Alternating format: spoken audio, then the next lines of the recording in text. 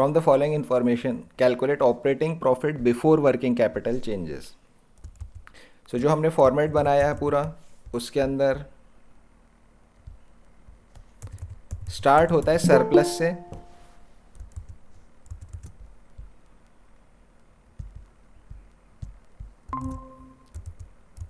Surplus से start होता है। कुछ क्वेश्चंस में नेट प्रॉफिट दिया हुआ होगा तो नेट प्रॉफिट से स्टार्ट होगा। फिर हम डिविडेंड का, रिजर्व्स का, प्रोविज़न फॉर टैक्स का, एक्स्ट्रा ऑर्डिनरी एक्सपेंस का एडजस्टमेंट हम करते हैं। 4 मेन एडजस्टमेंट्स हो गए। डिविडेंड जो कि अप्रोप्रिएशन ऑफ प्रॉफिट है, ट्रांसफ़र ऑफ रिजर्व जो कि अप्रोप्रिएशन ऑफ प्रॉफिट है, प्रोविज़न फॉर टैक्स एक प्रोविज़न है, और एक हम एक्स्ट्रा ऑर्डिनरी एक्सपेंस अगर कुछ है तो इसे हम यहाँ पर ऐड कर देते हैं। अगर रिफंड ऑफ टैक्स है, कोई एक्स्ट्रा ऑर्डिनरी इनकम है तो उसे हम लेस कर देते हैं।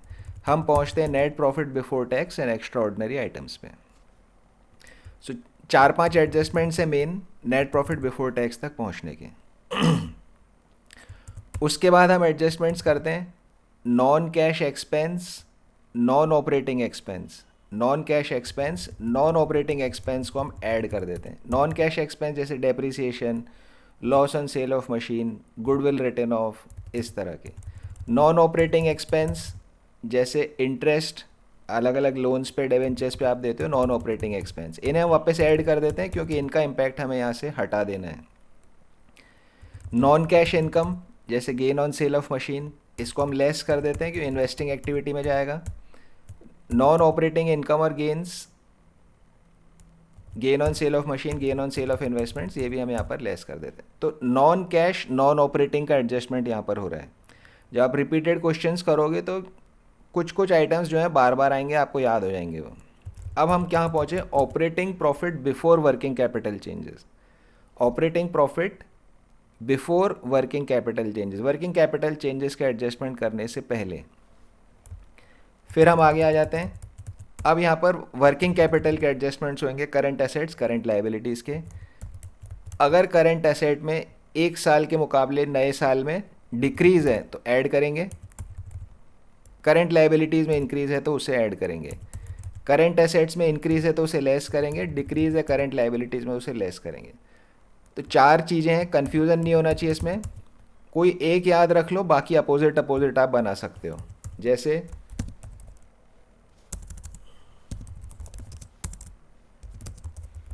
करंट एसेट्स, ये करंट लाइबिलिटीज़, इधर हमने इंक्रीज़ लिख लिया एक, इधर हमने डिक्रीज़ लिख लिया। अब 4 चीज़ें हमें ऐड करना है या लेस करना है, ये हमें याद करना है। करंट एसेट्स का इंक्रीज़ हमेशा लेस होता है, करंट एसेट्स का इंक्रीज़ हमेशा लेस होता है, ये हमें याद हो गया। करंट एसेट्स का इंक्रीज इज डिडक्टेड। अब उल्टा उल्टा कर लो, इंक्रीज़ लेस होता है तो डिक्रीज़ ऐड होगा।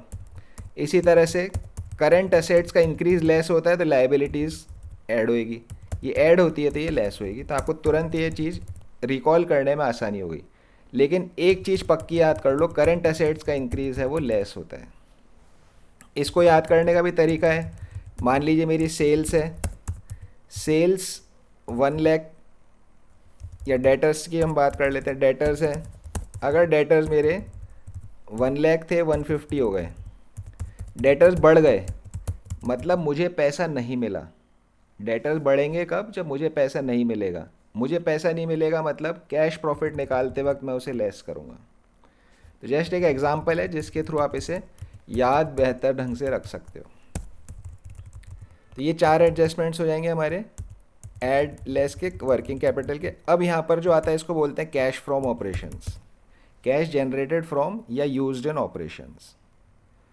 उसके बाद और एडजस्टमेंट है, income tax paid net of refund, यहाँ से लेस होता है। Income tax paid refund minus करने के बाद यहाँ से लेस होता है।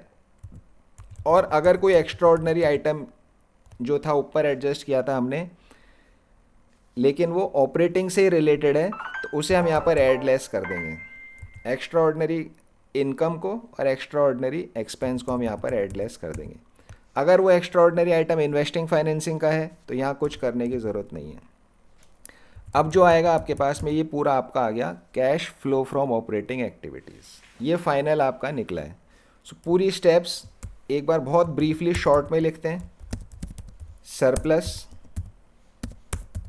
फिर उसके बाद एडजस्टमेंट्स किसका होता है, एप्रोप्रिएशंस, जो प्रॉफिट का अप्रोप्रिएशन हो रहा है उसका, एक्स्ट्रा ऑर्डिनरी चीज़ों का, प्रोविजन फॉर टैक्स का। ये मेरे मेनली ये एडजस्टमेंट्स यहाँ पर हो रहे हैं। मैं पहुँचता हूँ net profit before tax and extra ordinary items, इस पे मैं यहाँ पर पहुँच जाता हूँ। फिर एडजस्टमेंट्स किसका होता है मेरा, non cash and non operating items का। बिल्कुल शॉर्ट समरी बना रहे हैं हम इसकी। नॉन कैश और नॉन ऑपरेटिंग आइटम्स का एडजस्टमेंट यहाँ पर होता है। इस एडजस्टमेंट के बाद हम किस चीज़ पे पहुँचते हैं, इसके बाद हम यहाँ पे पहुँचते हैं operating profit before working capital changes. Operating profit before working capital changes. अब एडजस्टमेंट किसका होता है हमारा, working capital changes. Current assets current liabilities का हो रहा है, वर्किंग कैपिटल चेंजेस का एडजस्टमेंट हो गया। अब ये क्या आ गया हमारा, कैश फ्रॉम ऑपरेशंस यहाँ पर आ गया। अब हम यहाँ पर एडजस्टमेंट करेंगे less tax paid net of refund, और एडजस्टमेंट किसका होगा, एक्स्ट्रा ऑर्डिनरी आइटम्स का। अब आपका यहाँ पर आ गया cash flow from operating activity. बिल्कुल ब्रीफ में हमने इसका छोटा सा समरी बना लिया जिससे आपको अच्छे से याद रहने में इजी रहेगा। एडजस्टमेंट क्यों लिखा है, एडलेस सब चीज़ हो रही है, हम यहाँ सिर्फ शॉर्ट बना रहे हैं याद रखने के लिए। अगर आपको पूरा बड़ा ही याद रहता है तो कोई दिक्कत की बात यहाँ पे नहीं है, इसकी ज़रूरत नहीं है। फिर तो सरप्लस से स्टार्ट करेंगे या फिर नेट प्रॉफिट होता है, कई क्वेश्चंस मुझसे शुरू करेंगे। Appropriations, extraordinary item, provision for tax, इनका एडजस्टमेंट करेंगे तो हम नेट प्रॉफिट बिफोर टैक्स पे पहुंच जाएंगे। नॉन कैश नॉन ऑपरेटिंग का एडजस्टमेंट करेंगे, operating profit before working capital आएगा। फिर वर्किंग कैपिटल का एडजस्टमेंट करेंगे, कैश फ्रॉम ऑपरेशंस आएगा। फिर टैक्स पेड एक्स्ट्रा ऑर्डिनरी करेंगे, cash flow from operating activities आएगा। कितनी स्टेप्स हो गई, 1 2 3 और 4 स्टेप्स हो गई। 4 स्टेप्स में पूरा निकल रहा है। इन्वेस्टिंग फाइनेंसिंग में ऐसा कोई प्रॉब्लम नहीं था, वो सब डायरेक्ट होते थे। मैक्सिमम मशीनरी अकाउंट या लायबिलिटी अकाउंट बनाने की ज़रूरत पड़ती थी। सो इन्वेस्टिंग फाइनेंसिंग आसान था ज़्यादा, ये थोड़ा सा लेंदी है। चलिए अब क्वेश्चन नंबर 10 पे आ जाते हैं जहाँ से हमने करना है स्टार्ट। किसी को इसमें कुछ डाउट है आप पूछ लीजिए एक बारी।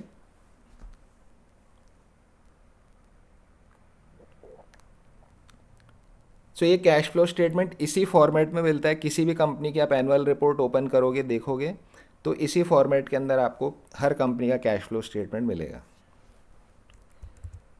चलिए question number 10, from the following information calculate operating profit before working capital changes. Operating profit before working capital changes कौन सा वाला है, ये वाली चीज़ है, ये मुझे निकालना है। तो इसके नीचे का ये सब कुछ अभी मुझे इस क्वेश्चन में करने की ज़रूरत नहीं है। मुझे क्या क्या करना है, अप्रोप्रिएशंस और वाली चीज़ एडजस्टमेंट करना है और एक नॉन कैश नॉन ऑपरेटिंग का एडजस्टमेंट करना है। 2 चीज़ का एडजस्टमेंट यहाँ पे करना है।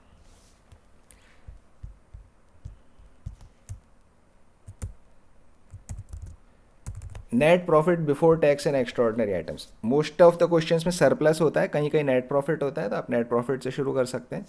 Net profit before tax and extra ordinary items 4,47,000, 4,47,000 रुपये हमें यहाँ पर ही दिया गया है। अब देखिए फॉर्मेट में, हमारे फॉर्मेट में देखते हैं हम इसे। ब्लू वाला क्या क्या एडजस्टमेंट्स है, dividend, reserves, provision for tax, extra ordinary. Dividend, reserves, provision for tax, extra ordinary. कुछ है क्या इस क्वेश्चन में, लेट्स सी। देखो डेप्रिसिएशन है, इंटरेस्ट है, गुडविल है, लॉस ऑन सेल है, प्रीमियम है, गेन ऑन इन्वेस्टमेंट्स है, interest and dividend received on investments. Transfer to reserve नहीं है कहीं पे भी। प्रोविज़न फॉर टैक्स नहीं है यहाँ पे। डिविडेंड, इंटरिम डिविडेंड या फाइनल डिविडेंड वो भी यहाँ पे नहीं है। एक्स्ट्रा ऑर्डिनरी कोई कुछ है, extraordinary item, extra ordinary expense, ऐसा भी यहाँ पर कुछ नहीं है। सो शुरू के जो हमारे ये सारे एडजस्टमेंट्स थे, ये सारा कोई एडजस्टमेंट नहीं होगा। जो नेट प्रॉफिट हमें दिया गया है before tax and extra ordinary item वाला ही हमें दिया गया है। सो आपको इसको फेमिलियर होना है इस फॉर्मेट से बिल्कुल। इसने आपको यहाँ पर क्या लिख करके दिया था, net profit before tax and extra ordinary items. तो शुरुआत है, इसके ऊपर के आइटम क्वेश्चन में देने की ज़रूरत ही नहीं है। जो हमने क्वेश्चन 9 तक किया उसमें हमने ये चीज़ निकाली थी, net profit before tax and extra ordinary item, ये हमने निकाला था बाकी एडजस्टमेंट्स करके। ये क्वेश्चन शुरू ही हमको यहाँ से करवा रहा है। जो हमारा फॉर्मेट है ये क्वेश्चन स्टार्ट ही इस ब्लू लाइन से हो रही है और ये ग्रीन वाले एडजस्टमेंट्स करके हमें ऑपरेटिंग प्रॉफिट तक आना है। चलिए, अब ग्रीन वाले एडजस्टमेंट्स क्या क्या होते हैं, नॉन कैश नॉन ऑपरेटिंग वाले एडजस्टमेंट्स यहाँ पर होंगे। Depreciation on machinery non cash expense है, नॉन कैश है तो हम इसको वापस ऐड कर देंगे। डेप्रिसिएशन ऑन मशीनरी 84,000 यहाँ पर ऐड कर दिया गया है। इंटरेस्ट ऑन बोरोइंग्स, बोरोइंग्स पे हमने इंटरेस्ट पे किया, तो ये एक ऑपरेटिंग एक्टिविटी से रिलेटेड चीज़ नहीं है। यस रिमी? सो 16,800 यहाँ पर ऐड हो जाएगा नॉन ऑपरेटिंग के अंदर, नॉन ऑपरेटिंग के अंदर ये ऐड हो जाएगा। गुडविल एमोर्टाइज्ड, जैसे डेप्रिसिएशन होता है टेंजिबल एसेट्स के लिए, उसी तरह से इनटेंजिबल एसेट्स के लिए एमोर्टाइजेशन होता है, अदरवाइज चीज़ सेम है। तो गुडविल एमोर्टाइजेशन कितना है ये 1 2 3 4 1 2 3 4 18,600, ये भी हम यहाँ पर नॉन कैश के अंदर ऐड कर देंगे। Loss on sale of furniture non operating है, नॉन ऑपरेटिंग भी बोल सकते हो, नॉन कैश भी आप इसे बोल सकते हो, 18,000 rupees. So loss on sale of furniture 18,000 rupees यहाँ पर आ रहा है। Premium on redemption of preference shares, premium on redemption of preference shares ये एक लाइबिलिटी अकाउंट है। जब हम प्रेफरेंस शेयर्स को रिडेम्पशन करते हैं, हमारे पास में 2 एंट्रियाँ होती थी। जब भी, जैसे डिबेंचर के चैप्टर में हमने पढ़ा था, जब प्रीमियम पे रिडेम्पशन होता है, प्रीमियम डिबेंचर्स का रिडेम्पशन एट प्रीमियम, बताइए कौन सी जर्नल एंट्री ऐड हो जाती है? जब हम इशू ऑफ डिबेंचर्स करते हैं और उन डिबेंचर्स का रिडेम्पशन एट प्रीमियम होने वाला होता है, तो जर्नल एंट्री में कुछ हम एडिशनल लाइंस डालते हैं। क्या लाइंस डालते हैं? सर लॉस और security premium, loss on redemption of debentures debit okay, and to security premium reserve. नहीं ये गलत है। To security premium premium reserve, on redemption of debentures. Yes, credit. To premium on redemption of debentures होगा। So loss on issue of debenture debit क्यों हो रहा है? एक ये एक्सपेंस है, एक्सपेंस इंक्रीज हो रहा है, increase in expenses debited. Premium on redemption of debenture एक लाइबिलिटी है, ये लाइबिलिटी है, इंक्रीज हो रही है, इंक्रीज इन लाइबिलिटीज क्रेडिटेड। ये premium on redemption of debentures तब तक बैलेंस शीट में पड़ा रहेगा जब तक कि डिबेंचर का रिडेम्पशन नहीं होता। ये एंट्री तो हमारी कब डल गई? इशू वाले साल में ये एंट्री डल गई। फिर हम इसको राइट ऑफ कर देंगे, इसी साल में इसको राइट ऑफ कर देंगे, या तो एसपीआर से या पी&एल अकाउंट से डेबिट कर देंगे टू लॉस ऑन इशू। ये तो राइट ऑफ हो गया, इसका तो अकाउंट बंद हो गया। ये प्रीमियम हमारा पड़ा रहेगा, जब 3 साल 5 साल बाद जब भी इसका पेमेंट होएगा तो ये डेबिट हो जाएगा, लाइबिलिटी ख़त्म हो जाएगी। So premium on redemption account debit to bank, जब ये पेमेंट होएगा तो इसकी एंट्री यहाँ पर ये ख़त्म हो जाएगी यहाँ पे से। सो ये लाइबिलिटी है, प्रीमियम ऑन रिडेम्पशन एक लाइबिलिटी है। ये कोई आपका खर्चा टाइप की चीज़, नॉन कैश एक्सपेंस या नॉन ऑपरेटिंग एक्सपेंस जैसी कोई एक्सपेंस है ही नहीं है। एक्सपेंस तो इसमें गया था लॉस वाले में, ये तो एक लाइबिलिटी थी। सो इसका कुछ नहीं करना है। Premium on redemption of preference share, जैसे डिबेंचर की एंट्री होती है सेम प्रेफरेंस शेयर की होती है, डिबेंचर के प्रेफरेंस शेयर लिख दो, तो ये प्रीमियम इज़ अ लाइबिलिटी। इसका कोई एडजस्टमेंट आपको कहीं पे भी करने की ज़रूरत नहीं है। कैश फ्लो में gain on sale of investments non operating income है, लेस कर देंगे। Gain on sale of investments 12,000 हमने यहाँ पे लेस कर दिया। इंटरेस्ट रिसीव्ड ऑन इन्वेस्टमेंट्स ये भी नॉन ऑपरेटिंग इनकम है, इसको भी हम यहाँ पर से लेस कर देंगे 27,600। सो सारे आइटम हमने देखिए यहाँ से ले लिए। ऐड लेस आप करेंगे 544,800 आपका यहाँ पे operating profit before working capital changes आ जाएगा। नोट डालेंगे premium redemption of debentures is a liability. किसी को भी ऐड लेस के लॉजिक में कंफ्यूजन है कि क्या चीज़ ऐड करनी है याद नहीं हो रहा या लेस करनी याद नहीं हो रहा, तो यू कैन आस्क।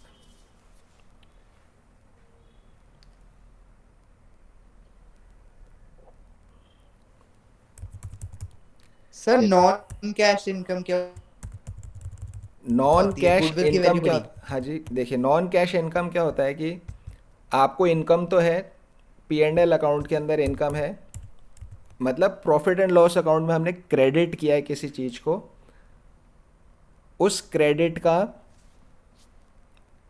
हमें कुछ कैश नहीं मिला, हमें उसकी कैश रिसीव हुआ नहीं है। मान लीजिए कि कई बार क्या होता है कि जैसे आप डेटर्स आपके होते हैं, है ना, डेटर्स आपके होते हैं, अगर डेटर से पैसा मिला नहीं आपको तो आप उसके लिए प्रोविज़न फॉर बैड डेट्स बनाते हो, आप उसको राइट ऑफ करते हो। प्रोविज़न फॉर बैड डेट्स बनाते हो, आप उसको राइट ऑफ करते हो, आपके लिए खर्चा है। इसी तरह से आपके क्रेडिटर भी हैं, आपके क्रेडिटर भी हैं। कई बार क्या होता है कि हम अपने क्रेडिटर को पेमेंट करते ही नहीं हैं, हम क्रेडिटर को पेमेंट नहीं करते, तो उसको बोला जाता है right back of liability. Liability को राइट बैक कर दिया आपने, तो आपके P&L में आ गया। कैसे राइट बैक कर दिया? मान लीजिए जब मैंने क्रेडिट परचेज करी, purchases account debit to creditors account, ये मेरी नॉर्मल क्रेडिट परचेज की एंट्री है। जब मैं क्रेडिटर का पेमेंट करूंगा, क्रेडिटर अकाउंट डेबिट टू, ये पेमेंट की एंट्री है। कई बार क्या होता है मुझे क्रेडिटर को पेमेंट करा ही नहीं मैंने उससे, है ना, कई होता है रह जाती कईयों की पेमेंट, वो मांगने भी नहीं आता, फिर हम उस क्रेडिटर को क्या राइट बैक कर देते हैं। मतलब मुझे फ़ायदा हो रहा है कि क्रेडिटर को पेमेंट कर नहीं रहा, मेरी एंट्री क्या हो जाएगी, क्रेडिटर टू P&L अकाउंट। तो P&L में मेरे इनकम की तरफ आ जाएगा, ये 10,000 रुपये, 10,000 रुपये की इनकम आ जाएगी। पर एक्चुअली मुझे कोई कैश नहीं मिला यहाँ पे। While profit and loss account में प्रॉफिट आएगा, दैट इज़ ट्रू, लेकिन कैश फ्लो के अंदर ये चीज़ आएगी नहीं, इसलिए हम इसको यहाँ पर नॉन कैश इनकम में लेस कर देंगे। सो नॉन कैश इनकम का ये एग्जाम्पल क्या हो गया, right back of liabilities, right back of liabilities. समझ आ गया दक्ष को? Sir yes. सर इस लॉजिक से मतलब अगर कोई क्रेडिटर था एंड फॉर एग्जांपल उनकी डेथ हो जाए या फिर उनका बिजनेस बंद हो जाए एंड आपकी वो आवाज़ ना ब्रेक, करे उसको रिकवर, तो हमारा इसमें प्रॉफिट। आपकी आवाज़ ब्रेक हो गई रवानी, रिपीट करिए।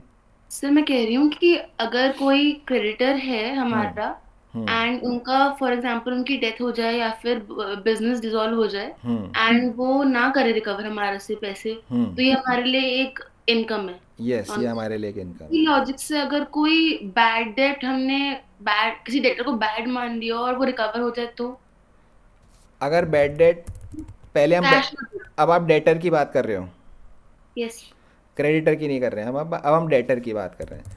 अब डेटर्स की अगर हम बात कर रहे हैं, डेटर को जब आप राइट ऑफ करते हो, जब तो आप उसको बैड डेट डाल देते हो। जब आप डेटर को राइट ऑफ करते हो क्या करते हो, bad debt account debit to debtors, bad debt account debit to debtors account आप ये एंट्री डालते हो, क्योंकि आपका एक खर्चा हो गया, बैड डेट को आपने डेबिट कर दिया, फिर ये P&L में ट्रांसफ़र हो जाता है, तो हम इसको बैड डेट स्ट्रोक P&L ही लिख देते हैं।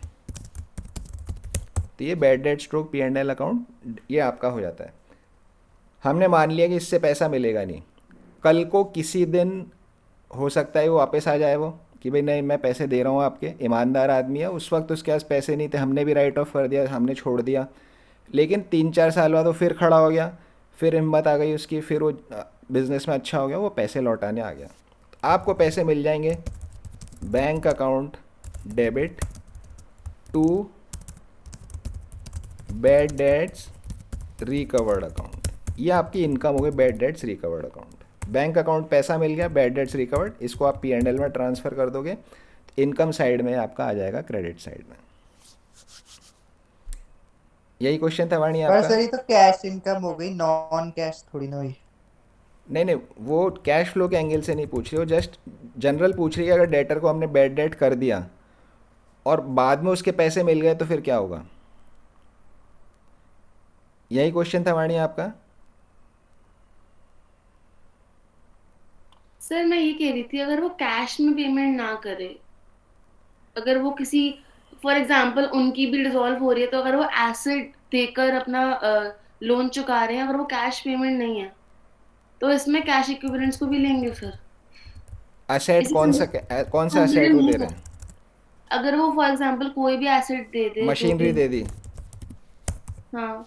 तो मशीनरी दे दे कैश फ्लो में आपका इधर नहीं आएगा, ऑपरेटिंग प्रॉफिट के अंदर हाँ, कैश नहीं मिला ना मुझे। तो इसे कंसिडर नहीं करेंगे इसमें। नहीं, फिर इसको कंसिडर नहीं करेंगे, हमें सिर्फ कैश की मूवमेंट देखनी है। ओके, सो क्वेश्चन 11 पे चलते हैं।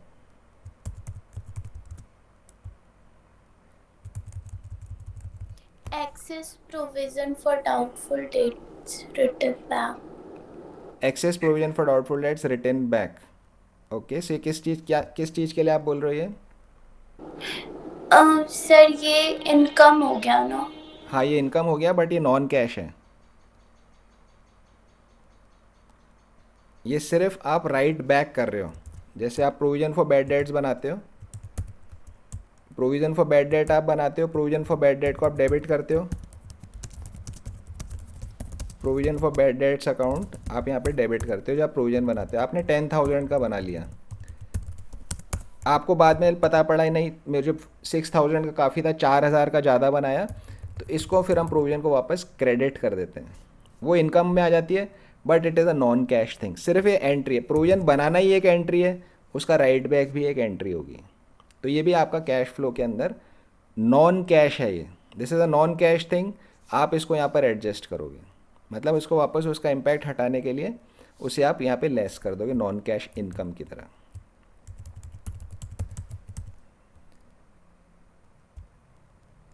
Question 11, from the following balance sheet an non cash income को सब्सट्रैक्ट करते हैं।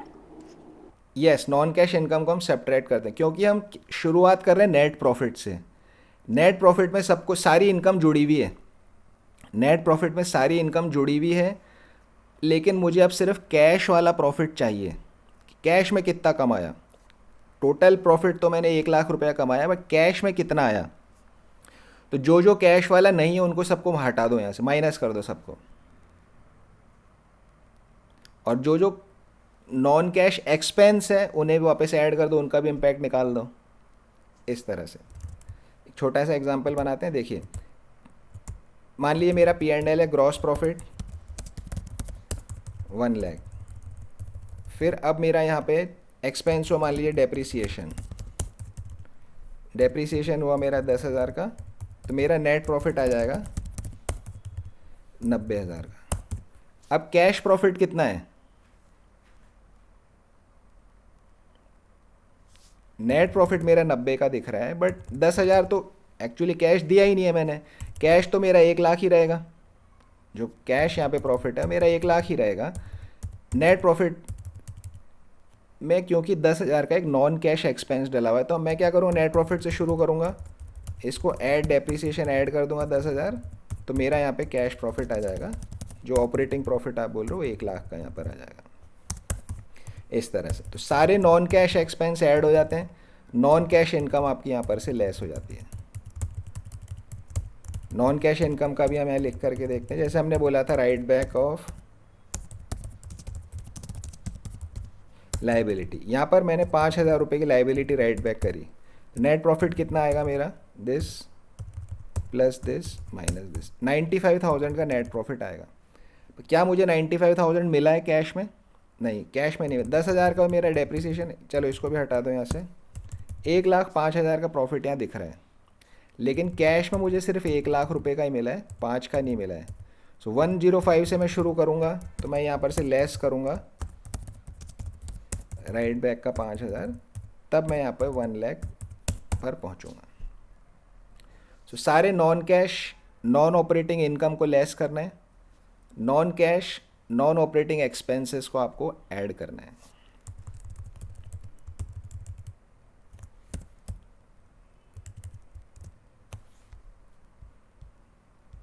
Operating profit before working capital changes यहाँ पर हमें निकालना है। हमारे फॉर्मेट में कहाँ फिट हो रहा है ये operating profit before working capital changes. So again यही वाली चीज़ निकालनी है आपको, वर्किंग कैपिटल चेंजेस वाला अभी नहीं करना, यहीं तक आपको करना है इसे।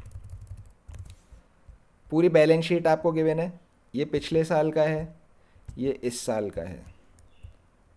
नोट्स टू अकाउंट्स आपको दिए गए, किस चीज़ का नोट अवेलेबल है, रिजर्व एंड सरप्लस का नोट हमें दिया गया है। तो जब हम रिजर्व एंड सरप्लस को देखेंगे इसको, तब इसकी ब्रेकअप नीचे से देखेंगे, यहाँ पूरी डिटेल हमें गिवन नहीं है, नोट नंबर यहाँ दिया हुआ है 1 से देखेंगे। एडिशनल इन्फॉर्मेशन सिर्फ डेप्रिसिएशन की है, ड्यूरिंग द ईयर का डेप्रिसिएशन 75,000 है। अब हम स्टार्ट करेंगे क्वेश्चन को, स्टार्ट करेंगे सरप्लस से। सरप्लस हमें यहाँ गिवन है, पिछले साल का 1,00,000 था, इस साल का 170 है, 70,000 का सरप्लस जो कि इस साल हमने कमाया है। 70,000 हम डालेंगे एडिशन टू सरप्लस,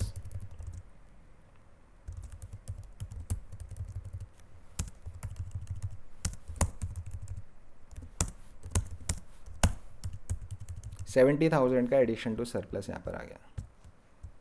अब आप अगेन अपना फॉर्मेट रिमेंबर करो, क्या यहाँ कोई डिविडेंड दिया गया है? डिविडेंड की कोई इन्फॉर्मेशन हमें यहाँ पर नहीं है। क्या किसी रिजर्व में ट्रांसफ़र्स है कुछ? यस, रिजर्व में है। यहाँ जनरल रिजर्व यहाँ दिया गया है, 4 लाख था, 5 लाख यहाँ पर हो गया है। तो रिजर्व्स का ट्रांसफ़र 1,00,000 है, मेरे फॉर्मेट के हिसाब से मुझे इसे ऐड करना है। So 1,00,000 rupees transfer to general reserve हम यहाँ पे करेंगे। प्रोविज़न फॉर टैक्स का एडजस्टमेंट होता है। क्या यहाँ प्रोविज़न फॉर टैक्स दिया गया है? यस, यहाँ बैलेंस शीट में दिया हुआ है, शॉर्ट टर्म प्रोविजंस में प्रोविज़न फॉर टैक्स। अब प्रोविज़न फॉर टैक्स की क्या इन्फॉर्मेशन है? ओपनिंग और क्लोजिंग 2 बैलेंस हमें दिए हैं और कुछ इन्फॉर्मेशन यहाँ नहीं है। अब जो नोट्स हमने पिछली क्लास में लिखे थे उसको पढ़ के आप बताओ कि प्रोविज़न फॉर टैक्स का हमें क्या करना है। 90,000 ऐड करना है। कहाँ पे 90,000 ऐड करना है? सर नेट प्रॉफिट में। नेट प्रॉफिट में। एक बार नोट्स वापस रीड करिए, जो प्रोविज़न फॉर टैक्स के लिए हमने नोटिंग करी थी।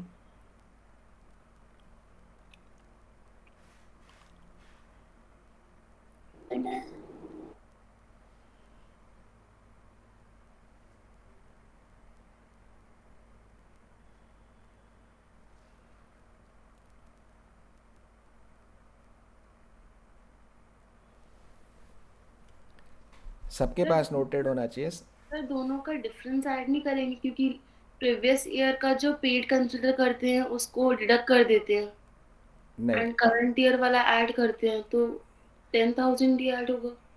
नहीं नहीं, आप एग्जैक्टली नोट्स में क्या लिखा उसे आप रीड करिए। सर 90,000 ऐड होगा, ओहो, एक क्योंकि नोट में लिखा हुआ है if opening and closing balance of provision for tax are given, okay. Then provision for tax for current year will add. तो करंट ईयर का कौन सा वाला? करंट ईयर का तो 1,00,000 है ना। सर 1,00,000 होगा। ओ हाँ 1 लाख इस 90,000 का तो पिछले साल का है, that is your opening balance. 1,00,000 इस Yes, साल का है।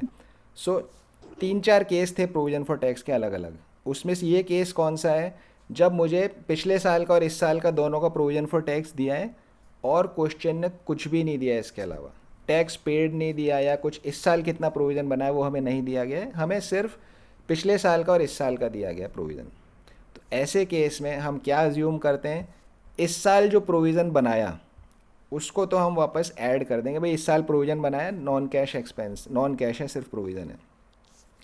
पिछले साल का जो प्रोविज़न था उसको हम मानेंगे पिछले साल का प्रोविज़न था, इस साल उसका पेमेंट हो गया, तो जहाँ टैक्स पेड की एडजस्टमेंट होती है वहाँ इसका एडजस्टमेंट हो जाएगा। सो केस पहचानना पहले प्रोविजन फॉर टैक्स का कि कौन सा वाला है, उसके हिसाब से आपको एडजस्टमेंट यहाँ पे करनी है। सो 1 लाख रुपीज़ है, 1 लाख को हम यहाँ पर ऐड कर देते हैं। 1 lakh rupees provision for tax यहाँ पे ऐड हो गया। रिफंड ऑफ टैक्स कुछ है नहीं, एक्स्ट्रा ऑर्डिनरी आइटम्स कुछ भी दिया हुआ नहीं है, तो इसलिए सर हमारा हमेशा क्लोजिंग ही रनिंग है। देखो, अगर प्रोविजन फॉर टैक्स की सिर्फ इतनी इन्फॉर्मेशन है और कोई इन्फॉर्मेशन नहीं है तो आप हमेशा यही करोगे, करंट ईयर वाला प्रोविजन यहाँ पर ऐड करोगे, ठीक है ना। अगर कुछ और इन्फॉर्मेशन है तो अलग केस बन जाएगा, उसके लिए हमने अलग नोट बनाया हुआ है। इस तरह का अगर है तो हमेशा करंट ईयर वाले को ही ऐड करना है आपको। सर नोट्स में आपने लिखवाया कि provision for tax for previous year deduct in the end considered as paid during the year, तो उसकी Yes. एडजस्टमेंट कहाँ पर होगी? वो एडजस्टमेंट कहाँ पे, अगर आप अपना पूरा फॉर्मेट अगर आप देखोगे तो हमने क्या कर रखा है, जब वर्किंग कैपिटल चेंजेस हम कर देते हैं उसके बाद कैश फ्रॉम ऑपरेशन, फिर उसके बाद यहाँ लेस करते हैं इनकम टैक्स पेड, यहाँ पर इसकी एडजस्टमेंट होगी। Okay.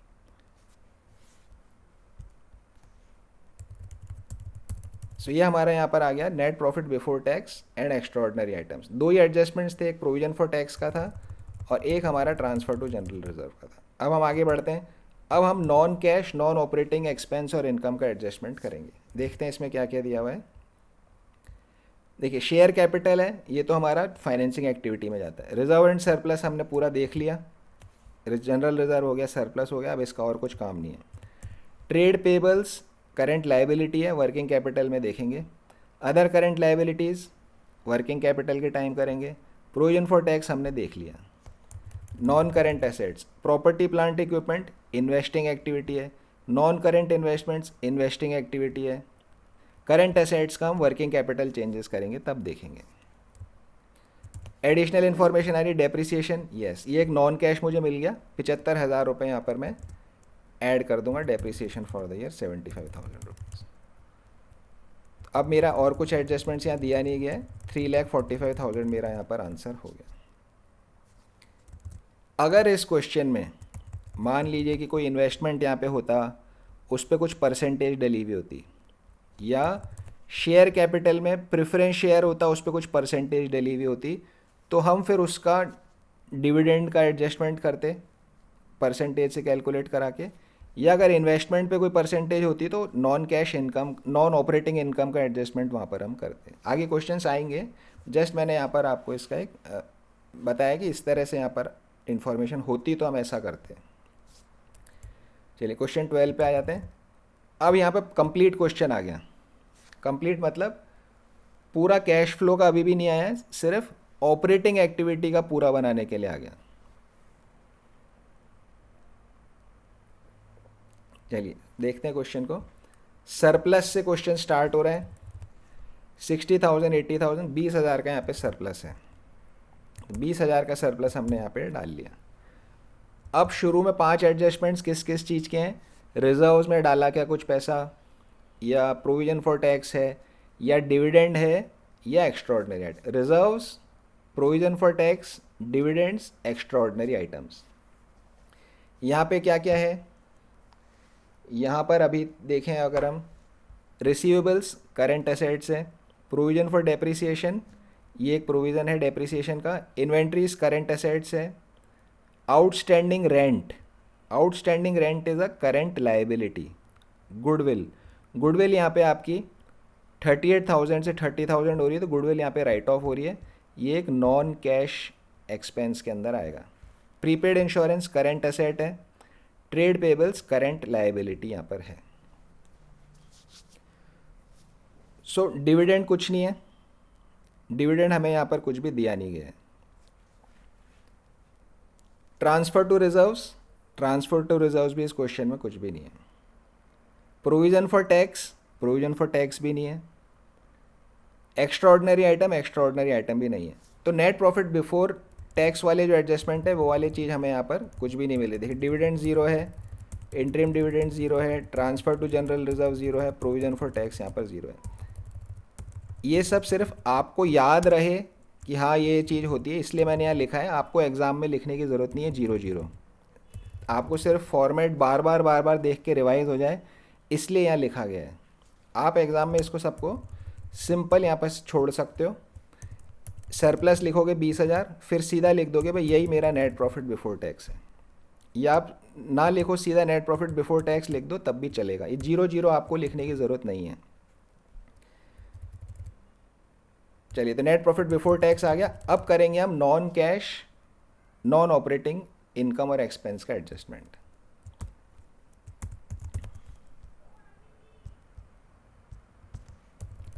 So non cash expense में अगर हम देखेंगे, प्रोविज़न फॉर डेप्रिसिएशन 30,000 से 40,000 हो गया। तो प्रोविज़न फॉर डेप्रिसिएशन भी एक एक्यूमुलेटेड डेप्रिसिएशन टाइप ही का ही अकाउंट होता है।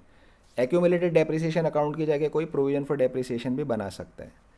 30,000 से 40,000 हो गया, 10,000 का यहाँ इंक्रीज़ हो रहा है, तो डेप्रिसिएशन फॉर द ईयर आपको यहाँ पे 10,000 का मिलता है। इसे हम वापस ऐड कर देंगे, नॉन कैश एक्सपेंस है।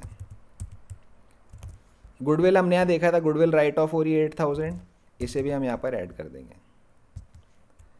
इसके अलावा और कुछ भी यहाँ पर नॉन कैश इनकम एक्सपेंस या ऑपरेटिंग वाली चीज़ नहीं है, तो हम operating profit before working capital changes पे यहाँ पे 38,000 पे आ गए हैं। जस्ट मैं 1 मिनट का ब्रेक ले रहा हूँ एक बार। Okay, so non cash expense एक डेप्रिसिएशन है, गुडविल राइट ऑफ यहाँ पर है। सो दो चीज़ हमने यहाँ पे कर ली, गुडविल कर लिया और डेप्रिसिएशन का हमें यहाँ पर दिया गया प्रोविजन फॉर डेप्रिसिएशन अकाउंट में। अब जो बाकी चीज़ें बची है ये वर्किंग कैपिटल चेंजेस में आएगी। वर्किंग कैपिटल चेंजेस में हमने क्या बनाया था, current asset current liability increase decrease, ये होता है। तो इसको हम लेस करते हैं, इसे हम ऐड करेंगे, इसे हम ऐड करेंगे, इसे हम लेस करेंगे।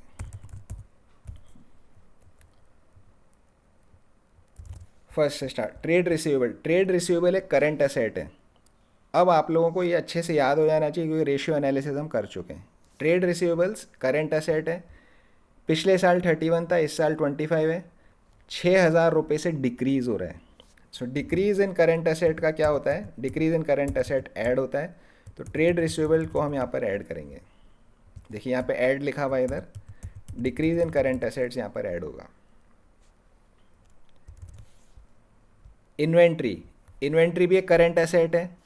करंट एसेट में 60,000 से 80,000 हो गया, 20,000 से बढ़ रहा है।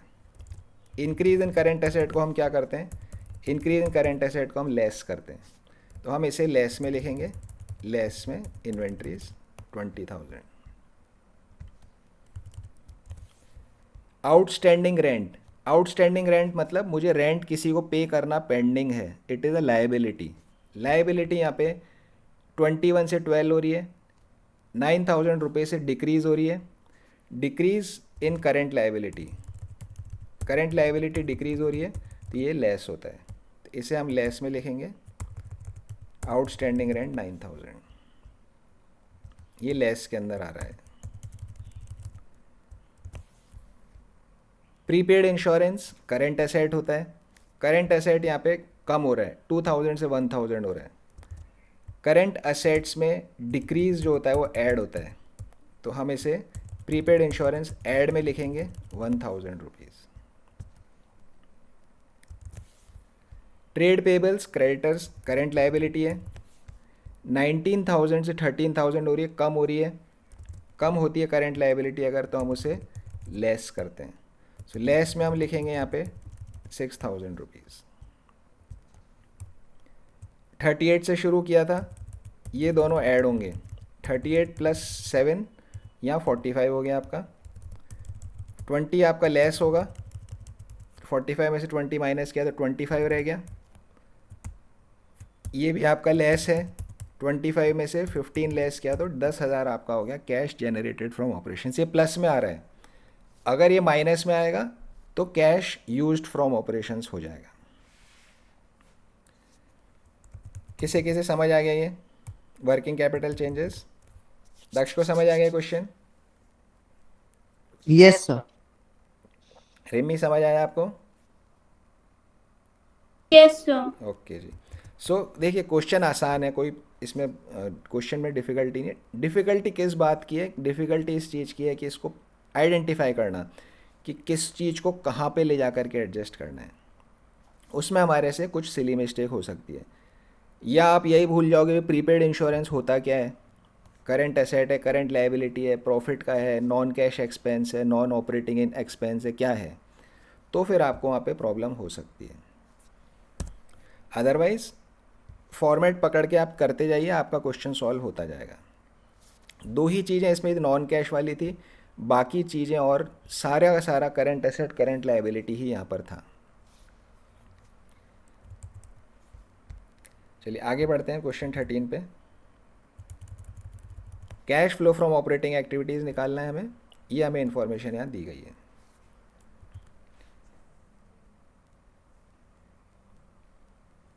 Net profit after provision for tax and payment of dividend यहाँ दिया गया है। यहाँ पर हमें कुछ सरप्लस नहीं दिया, नेट प्रॉफिट दिया गया। नेट प्रॉफिट से क्वेश्चन स्टार्ट हो रहे हैं। सो नेट प्रॉफिट आफ्टर ये हमें यहाँ पर 2,15,000 यहाँ पे दिया गया है। शुरुआत करेंगे अगेन, क्या किसी रिजर्व में ट्रांसफ़र है? देखिए रिजर्व में ट्रांसफ़र है क्या, क्वेश्चन पढ़िए। रिजर्व्स में कुछ भी ट्रांसफ़र यहाँ पर नहीं है। क्या कोई डिविडेंड का पेमेंट है यहाँ पे? यस, डिविडेंड है, फाइनल डिविडेंड पेड है यहाँ पे, तो इसको हम वहाँ पर ले जा करके और एडजस्ट करेंगे डिविडेंड पेड वाले एडजस्टमेंट में 50,000 रुपीज़। ये हमने यहाँ पे कर, इंटरिम डिविडेंड कुछ यहाँ पर है नहीं, हमने ज़ीरो कर दिया इसको। रिजर्व्स में कोई ट्रांसफ़र नहीं है, ये भी हमने ज़ीरो कर दिया। प्रोविज़न फॉर टैक्स का एडजस्टमेंट होता है, वो हम देखते हैं यहाँ पे दिया गया है हमें। प्रोविज़न फॉर टैक्स जो बनाया गया है वो 45,000 का यहाँ पे बनाया गया है, 45,000 का प्रोविज़न फॉर टैक्स है। इसको भी हम यहाँ पर वापस से ऐड कर देंगे। जो हमारा फॉर्मेट है उसके हिसाब से हमारे आइटम्स हमने देख लिए। रिफंड ऑफ टैक्स कुछ है यहाँ पे, यस, यहाँ पे इनकम टैक्स रिफंड भी है। किसी रेयर क्वेश्चन में आता है इनकम टैक्स रिफंड 30,000 रुपये, ये हमने यहाँ पे लेस कर दिया रिफंड ऑफ टैक्स। हमारे फॉर्मेट में दो चीज़ और होती है, यहाँ पर हम एक एक्स्ट्रा ऑर्डिनरी भी करते हैं, एक्स्ट्रा ऑर्डिनरी एक्सपेंस भी हम यहाँ ऐड करते हैं, और लेस के अंदर हम एक्स्ट्रा ऑर्डिनरी इनकम को लेस करते हैं। बट ये दोनों यहाँ क्वेश्चन में है नहीं, तो इसे हमने यहाँ लिख नहीं रखा। जो ज़ीरो वाली लाइन है ये भी आपको लिखने की ज़रूरत नहीं है, सिर्फ हमें बार बार देख के याद हो इसलिए यहाँ लिखा गया है। सो हम नेट प्रॉफिट बिफोर टैक्स पे पहुँच गए। अब एडजस्टमेंट होगा नॉन कैश नॉन ऑपरेटिंग का। सो फाइनल डिविडेंड हम कर चुके, प्रोविजन फॉर टैक्स हम कर चुके, ये हम कर चुके, इनकम टैक्स रिफंड हम कर चुके। चार चीज़ यहाँ पर हो गई है, एक ही तरफ रख देते हैं मार्किंग। अब non cash depreciation non cash होता है, 1 2 3 4 1 2 3 4 25,000 रुपीज़ हम यहाँ पे ऐड कर देंगे। Depreciation for the year 25,000 rupees, इसका भी काम हो गया। Loss on sale of machinery non cash भी है, नॉन ऑपरेटिंग भी है, कुछ भी आप मान सकते हैं। 10,000 रुपये, 10,000 रुपये को भी हमने यहाँ पे loss on sale of machinery को ऐड कर दिया। ऐड नॉन ऑपरेटिंग में 10,000 रुपीज़। पेटेंट्स अमोर्टाइज्ड, जैसे डेप्रीसिएशन होता है ऐसे अमोर्टाइजेशन होता है, इसको भी हम वहाँ पर वापस ऐड कर देंगे 30,000 रुपये। पेटेंट्स अमोर्टाइज्ड ऐड में आ जाएगा 30,000 रुपीज़।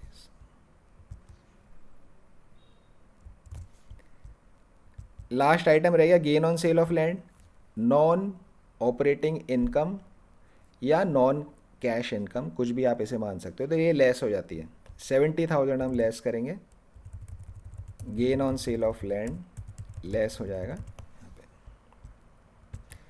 सो नॉन कैश नॉन ऑपरेटिंग का सारा एडजस्टमेंट हो गया। अब मेरे पास क्या बचा, operating profit before working capital changes 2,75,000। Operating profit before working capital changes 2,75,000, ये सब हमने यहाँ पे कर लिया है। अब और एडजस्टमेंट किसका होता है, करंट एसेट्स करंट लायबिलिटी का, इंक्रीज हो रहा है डिक्रीज हो रहा है उस चीज़ का एडजस्टमेंट होता है। वो इस क्वेश्चन में कुछ भी हमें दिया नहीं गया है, इसके अंदर सिर्फ यही आइटम और कुछ नहीं है। तो वो वर्किंग कैपिटल चेंजेस के सारे एडजस्टमेंट जीरो हैं, वो एडजस्टमेंट हमें करने की ज़रूरत नहीं है। अब रह गया मेरा कैश जनरेटेड फ्रॉम ऑपरेशंस आ गया। अब इसके बाद हमारे एडजस्टमेंट किस चीज़ का होता है, अगर टैक्स पेड है माइनस रिफंड तो वो यहाँ पे आता है, या फिर एक्स्ट्रा ऑर्डिनरी आइटम्स है तो वो भी मेरा यहाँ पर आता है। एक्स्ट्रा ऑर्डिनरी कुछ है नहीं, इनकम टैक्स इस क्वेश्चन में है। प्रोविज़न फॉर टैक्स जो 45,000 का दिया हुआ है, इसी को हम अज्यूम कर लेंगे यही हमने पे किया इस साल। आप वर्किंग नोट लिखोगे provision for tax is assume to be paid in this year only. तो 45,000 का हमने पे किया, 30,000 का रिफंड आया, 45 माइनस 30 15,000 रुपये हम यहाँ पर लेस करेंगे। 15,000 रुपये यहाँ पर हम लेस करेंगे। लेस क्यों कर रहे हैं, टैक्स पे किया, टैक्स पे किया तो दिस इज़ योर आउटफ्लो, ये आउटफ्लो हो गया आपका। रिफंड आया तो ये आपका इनफ्लो हो गया। तो आउटफ्लो ज़्यादा है, 45,000 मैंने दे दिया, 30,000 मुझे मिल गया, 15,000 मेरे से चले गए तो कैश में मेरा यहाँ पे लेस हो जाएगा। ये एडजस्टमेंट यहाँ हो गया 15 का, 2,60,000 यहाँ पर आंसर हो गया। कैश फ्रॉम ऑपरेशंस 2,60,000, इसे हम यहाँ कैश जनरेटेड लिख सकते हैं। Cash generated from operations 2,60,000। तो जो मैंने बिज़नेस किया उस बिज़नेस से मैंने 2,60,000 रुपये कैश कमाया। This is not my profit. Profit कितना था, प्रॉफिट था मेरा P&L के हिसाब से 2,15,000 रुपये, लेकिन कैश में मैंने जो कमाया वो है 2,60,000 रुपये। ऐसा क्यों हुआ, क्योंकि कुछ नॉन कैश आइटम्स यहाँ पर थे, कुछ नॉन ऑपरेटिंग आइटम्स थे, उनका एडजस्टमेंट के बाद ये निकल के आया। किसी को कुछ डाउट इस क्वेश्चन में, क्वेश्चन 13 में? श्रेया को समझ आ गया है? Yes, sir. ओके जी, चलिए हम आगे बढ़ते हैं। Question number 14। सो अलग अलग टाइप के क्वेश्चंस हैं, किसी में कुछ दिया हुआ है, किसी में कुछ दिया हुआ है। हमें फॉर्मेट पकड़ के चलना है, जो जो आइटम नहीं है वो सब जीरो, हमारे सारे क्वेश्चन सॉल्व हो जाएंगे। चलिए, cash flow from operating activity निकालना है। Profit for the year 7 lakh after considering the following item. 7 lakh रुपए का प्रॉफिट है, सरप्लस नहीं दिया गया, प्रॉफिट दिया गया, इससे हम स्टार्ट करेंगे। डेप्रिसिएशन दिया हुआ है, बताइए क्या कहाँ एडजस्ट करेंगे इसे डेप्रिसिएशन को? सर लेस होगा, क्या होगा? लेस ऐड होगा, ऐड होगा। ऐड होगा किस चीज़ में, कौन से, क्यों ऐड होगा? सर प्रॉफिट फॉर नहीं, क्यों सर ऐड क्योंकि क्यों होगा? हाँ जी, नॉन कैश, नॉन कैश है, यस करेक्ट। तो नॉन कैश है इसलिए ऐड होगा। गुडविल एमोर्टाइज्ड क्या करेंगे, सर ऐड, क्यों करेंगे ऐड? सर क्योंकि ये भी नॉन कैश, ये भी non cash item, okay. Gain on sale of land Sir, less. Less करें, क्यों लेस करेंगे? Non-operating non income. Non operating भी बोल सकते हो, नॉन कैश भी बोल सकते हो, कुछ भी आप इसे बोल सकते हो। Appropriation of profit toward general reserve,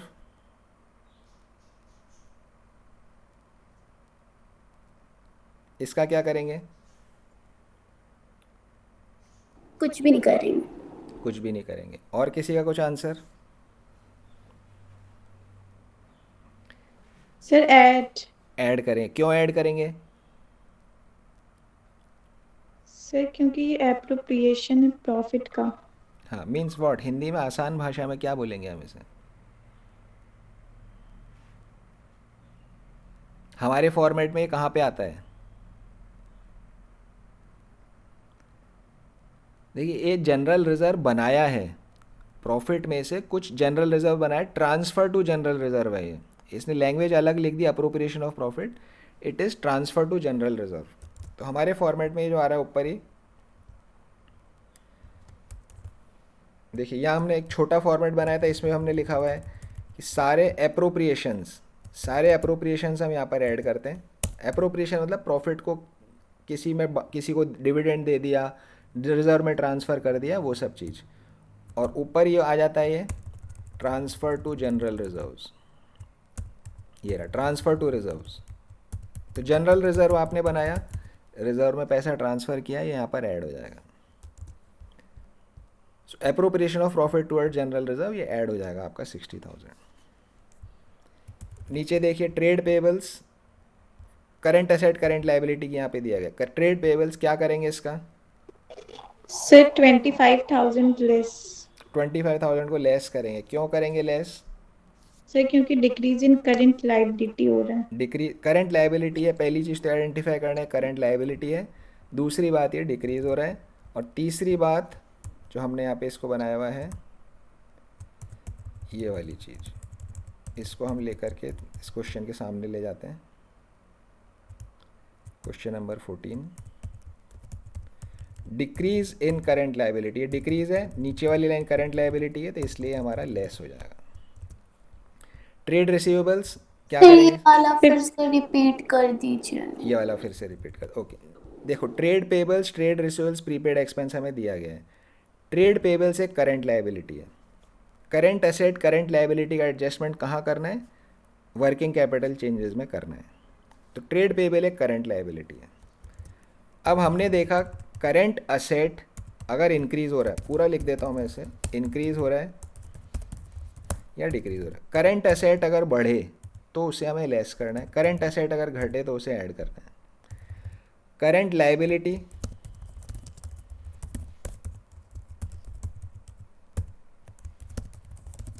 sir current asset increase हो तो लेस करना है। यस, वो लेस करना है। ये आपको याद रखना पड़ेगा एग्ज़ाम के अंदर। करंट लाइबिलिटी अगर डिक्रीज हो तो लेस करना है। अब यहाँ क्या हो रहा है, इंक्रीज डिक्रीज कैसे निकालते हैं? साल के शुरू में कितना था, साल के एंड में कितना है, तो उसके हिसाब से हम देखते हैं। तो साल के शुरू में 75 था, साल के एंड में 50 है, तो ये कम हो रहा है, 75 से घट के 50 रह गया, तो 25,000 रुपये से ये कम हो रहा है। करंट लाइबिलिटी अगर डिक्रीज हो तो ये लेस होती है, इसलिए हमें इसे लेस किया। समझ में आ गया रिमी को?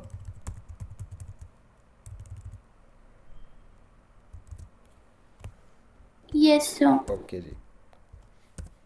ट्रेड रिसीवेबल्स, ट्रेड रिसीवेबल्स एक करंट एसेट है, क्या करेंगे इसका?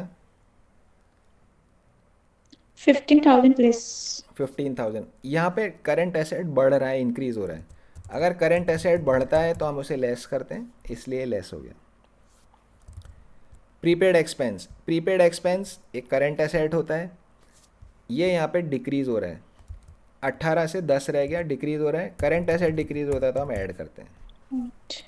तो हमें यहाँ पर इसके बिल्कुल रूटीन आइटम है, कोई भी नया आइटम यहाँ पर नहीं है। अब हम इसे क्वेश्चन को फटाफट सॉल्व कर लेते हैं। देखिए 7 लाख से हम स्टार्ट करेंगे। Question 14, 7 lakh profit for the year यहाँ पे आ गया। फिर उसके बाद नॉन कैश के एडजस्टमेंट्स हैं। एक रिजर्व का अप्रोप्रिएशन है 60,000 का, इसे हम यहाँ पे ऐड करेंगे, ट्रांसफ़र टू जनरल रिजर्व। बाकी सब जीरो है, तो ये मेरा आ गया net profit before tax and extraordinary item. ये 0 आपको लिखने की ज़रूरत नहीं है। So net profit before tax and extraordinary item 760 आ गया। अब नॉन कैश नॉन ऑपरेटिंग का एडजस्टमेंट, डेप्रिसिएशन है, गुडविल का अमोर्टाइजेशन है, gain on sale of land है। ऊपर की दो चीज़ ऐड है, gain on sale of land यहाँ पे लेस है। 40,000 और 20,000 गुडविल और इसको ऐड कर दिया। Gain on sale of land को हमने यहाँ पे लेस कर दिया। ये सब बेकार लिखा हुआ है, ये सब को आपको कोई ज़रूरत नहीं है सब की, आपके लिए बस ये आंसर इतना ही है। इनफैक्ट ये नॉन ऑपरेटिंग है, ये हेड भी ज़रूरत नहीं है, आप सीधा इसको ऐसे कर दो एग्ज़ाम में, आपको चलेगा। मुझे यहाँ पे आपको एक्सप्लेन करना है इसलिए मैंने सब हेडिंग वेडिंग बनाए, बट अदरवाइज सब कचरा सफाई कर दो आप। सीधा आप ये लिखो इसको कि यहाँ पर लेस हो गए, लेस तो ज़रूर लिखना है, बट अदरवाइज आपको बाकी कुछ लिखने की ज़रूरत नहीं है। Operating profit before working capital changes यहाँ पे आ गया 730। अब वर्किंग कैपिटल देखेंगे, ट्रेड पेबल्स ट्रेड रिसीवेबल, इसका एडलेस हमने सीख ही लिया है। सो ये 8, 15 और 25 का एडजस्टमेंट हो गया, आपका कैश जनरेटेड आ गया 698। अगेन इसमें भी आप देखिए इस तरह से आप लिख सकते हैं, मैं एक बार लिख के बता देता हूँ आपको।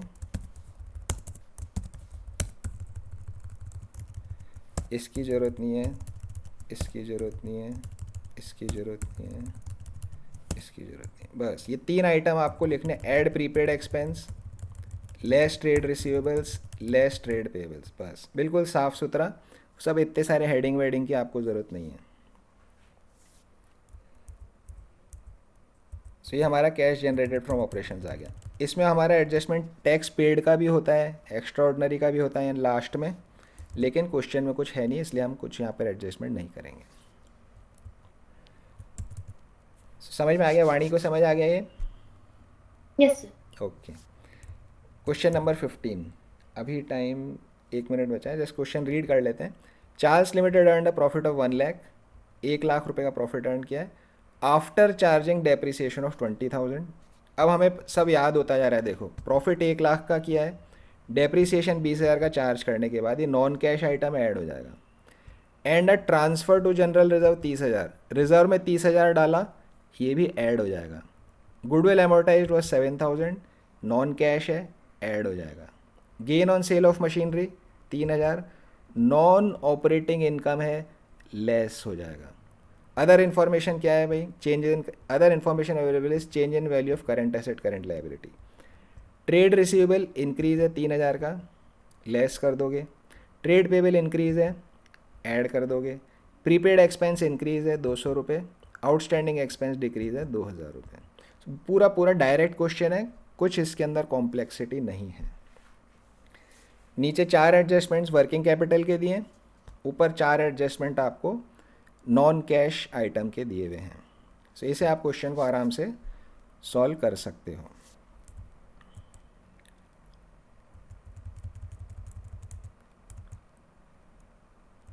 क्वेश्चन 16 रीड करो, देखो 15 और 16 में कोई डिफरेंस है क्या?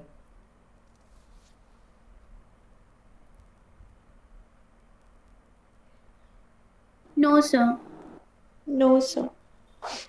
सेम टू सेम क्वेश्चन है, सिर्फ यहाँ पे नंबर बदल दिए, बाकी पूरी लैंग्वेज सारे एडजस्टमेंट्स आपके यहाँ पर सेम है, कोई डिफरेंस यहाँ पर नहीं है। सो अगेन 16 आप कर सकते हो, इसे सॉल्व करने की ज़रूरत ही नहीं है एक्चुअली, 15 सेम ही है, 15 कर लिए सफिशेंट है। चलिए तो 17 से कल हम करेंगे, आज की क्लास हम क्लोज करते हैं।